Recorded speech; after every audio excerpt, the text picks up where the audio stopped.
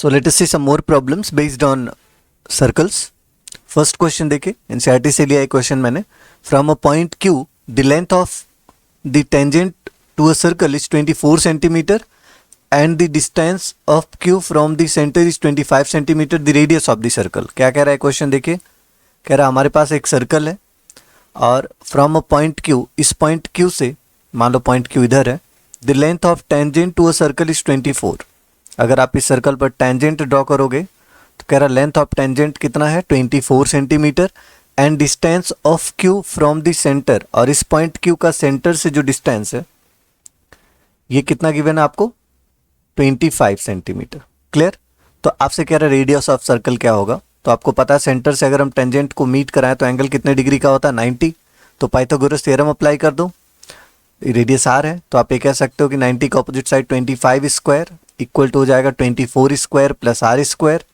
It means 625 और 24 का square आपको पता है 576 इक्वल टू आर स्क्वायर. यहाँ से आर स्क्वायर आ जाएगा 49.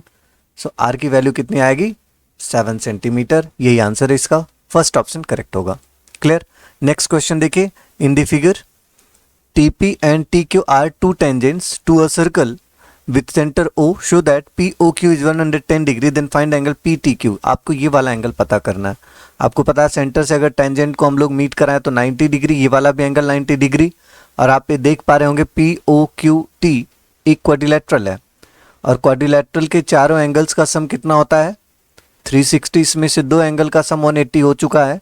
इसका मतलब O और T का भी सम 180 होगा. इसको अगर मैं x मान लूँ मतलब आप ये कह सकते हो x और 110 का सम भी 180 होना चाहिए और यहाँ से x का वैल्यू आ जाएगा 70 डिग्री.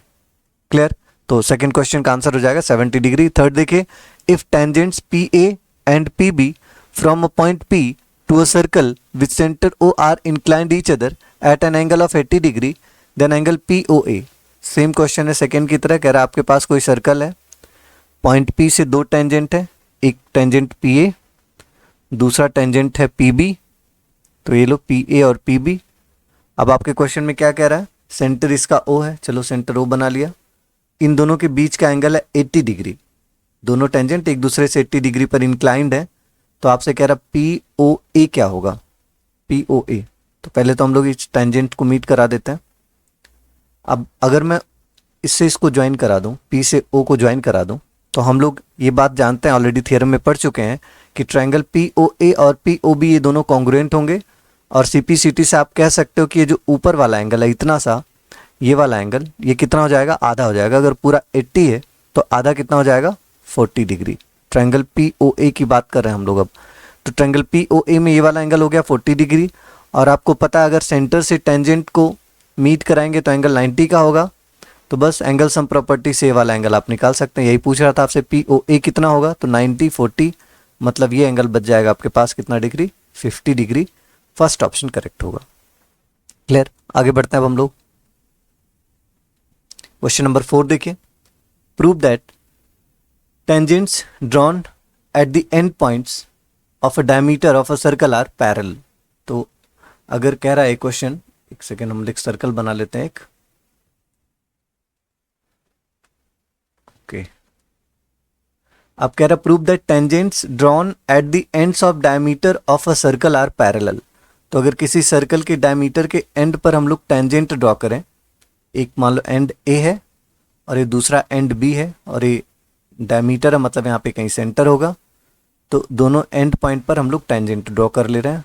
इस टेंजेंट को मान लेते हैं हम लोग PQ और B पर एक टेंजेंट ड्रॉ कर ले रहे हैं RS. ठीक है. तो कह रहा है आपको प्रूफ करना है पैरेलल है.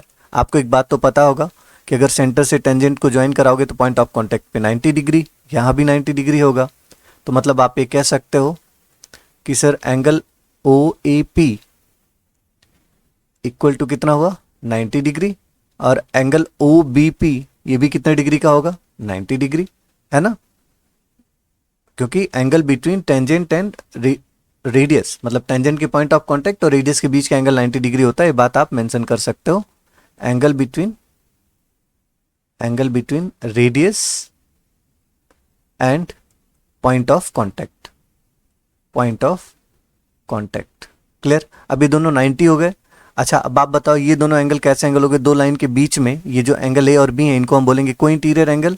और आपको पता है अगर कोई इंटीरियर एंगल का सम 180 होता है तो दो लाइंस पैरेलल होती हैं। हम ये कह सकते हैं कि सर यहाँ पे angle O A P plus angle O B P, इन दोनों का सम हो रहा है 180। और अगर इन दोनों का सम 180 हो गया मतलब ये दो पैरेलल लाइन के बीच की कोई इंटीरियर एंगल है। This is possible only when, this is possible only when, ये एक ही केस में पॉसिबल होगा दोस्तों जब पी क्यू पैरेलल हो जाएगा किसके, आर एस के। तो प्रूव हो गया, हेंस प्रूव्ड। यही प्रूफ करना था हम लोगों को। फिफ्थ क्वेश्चन देखो, prove that perpendicular at the point of contact to the tangent to a circle passes through the centre.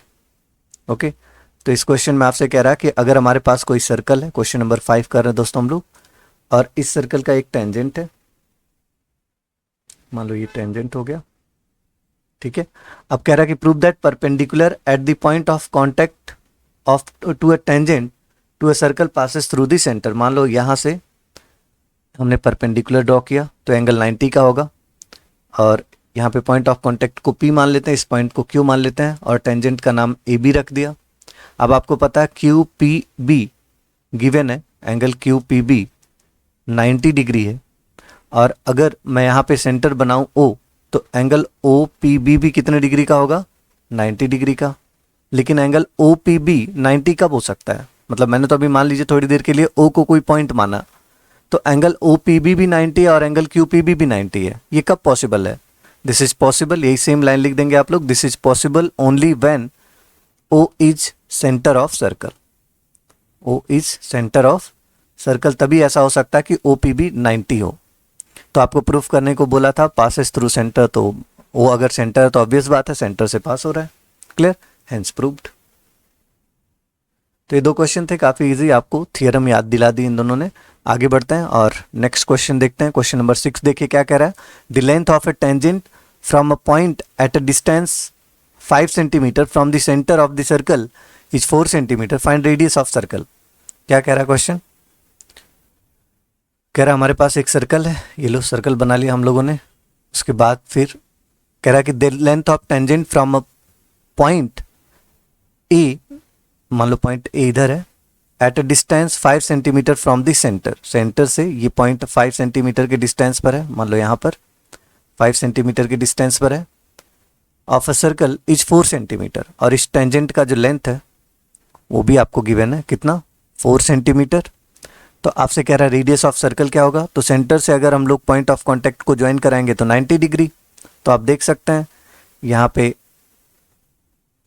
अगर मैं इसको A मान लेता हूँ, इसको P और इसको O, तो AOP एक राइट ट्रायंगल है, और अगर हम इसमें पाइथागोरस थ्योरम अप्लाई करें तो 25 इक्वल टू हो जाएगा 4 का स्क्वायर कितना होता है 16 प्लस R स्क्वायर, मतलब यहाँ से R स्क्वायर आ जाएगा आपके पास कितना 9, तो R का वैल्यू हो गया 3 सेंटीमीटर, मतलब सर्कल का रेडियस कितना हो जाएगा 3 सेंटीमीटर, क्लियर। ये क्वेश्चन नंबर 6 था। 7th क्वेश्चन देखते हैं दोस्तों, to concentric circles of radius 5 centimeter and 3 centimeter. Find the length of chord of larger circle which touches the smaller circle. तो एक स्मॉलर सर्कल ये बना लेते हैं, और इसी के कॉन्सेंट्रिक जो इसका सेंटर है वही बिगर सर्कल का भी सेंटर है, तो एक सर्कल ये बना लिया, इन दोनों का सेंटर मान लो यहाँ पर है। तो क्वेश्चन में बोला बिगर सर्कल का रेडियस है 5 सेंटीमीटर और स्मॉलर सर्कल का रेडियस कितना है 3 सेंटीमीटर, क्लियर है। Find length of the chord of larger circle, larger circle का जो टेंजेंट है वो स्मॉलर सर्कल को टच करता है, तो मान लो यहाँ से हम एक टेंजेंट ऐसे ड्रॉ करते हैं स्मॉलर सर्कल का, और ये बिगर सर्कल का क्या हो गया कॉर्ड। अब आपको एक थियरम तो पता ही था, 9th में हम लोगों ने पढ़ा था कि अगर हम लोग, वो तो 9th वाला थियरम बाद में, पहले हम ये देख लेते हैं अभी जो पढ़ा था हम लोगों ने, कि अगर सेंटर से हम लोग टेंजेंट को ज्वाइन कराएं तो एंगल कितने डिग्री का होगा 90। और एक बात और आपको पता है कि O से अगर हम बिगर सर्कल के सर्कमफिरेंस को मिला दें, मान लो ये पॉइंट A है, तो OA कितना होगा 5, क्वेश्चन में गिवन था, और अगर इसको P मानता हूं तो OP क्वेश्चन में गिवन स्मॉलर सर्कल का रेडियस है 3 सेंटीमीटर।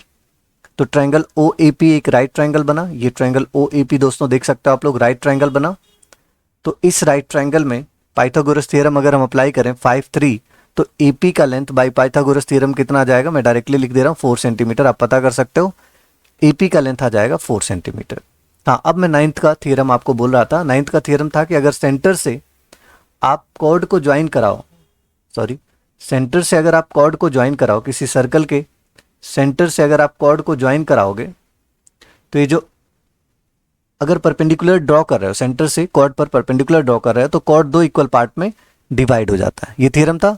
तो आप देखो सेंटर से कॉर्ड पर परपेंडिकुलर इधर 4 है, तो इस साइड में भी अगर मैं इसको बी मानूं तो ये भी 4 सेंटीमीटर आएगा। तो 4 सेंटीमीटर मतलब ए बी का लेंथ कितना हो जाएगा, 8 सेंटीमीटर। यही पूछा था आपसे कि लार्जर सर्कल का कॉर्ड का लेंथ क्या होगा, आंसर है 8 सेंटीमीटर। क्लियर।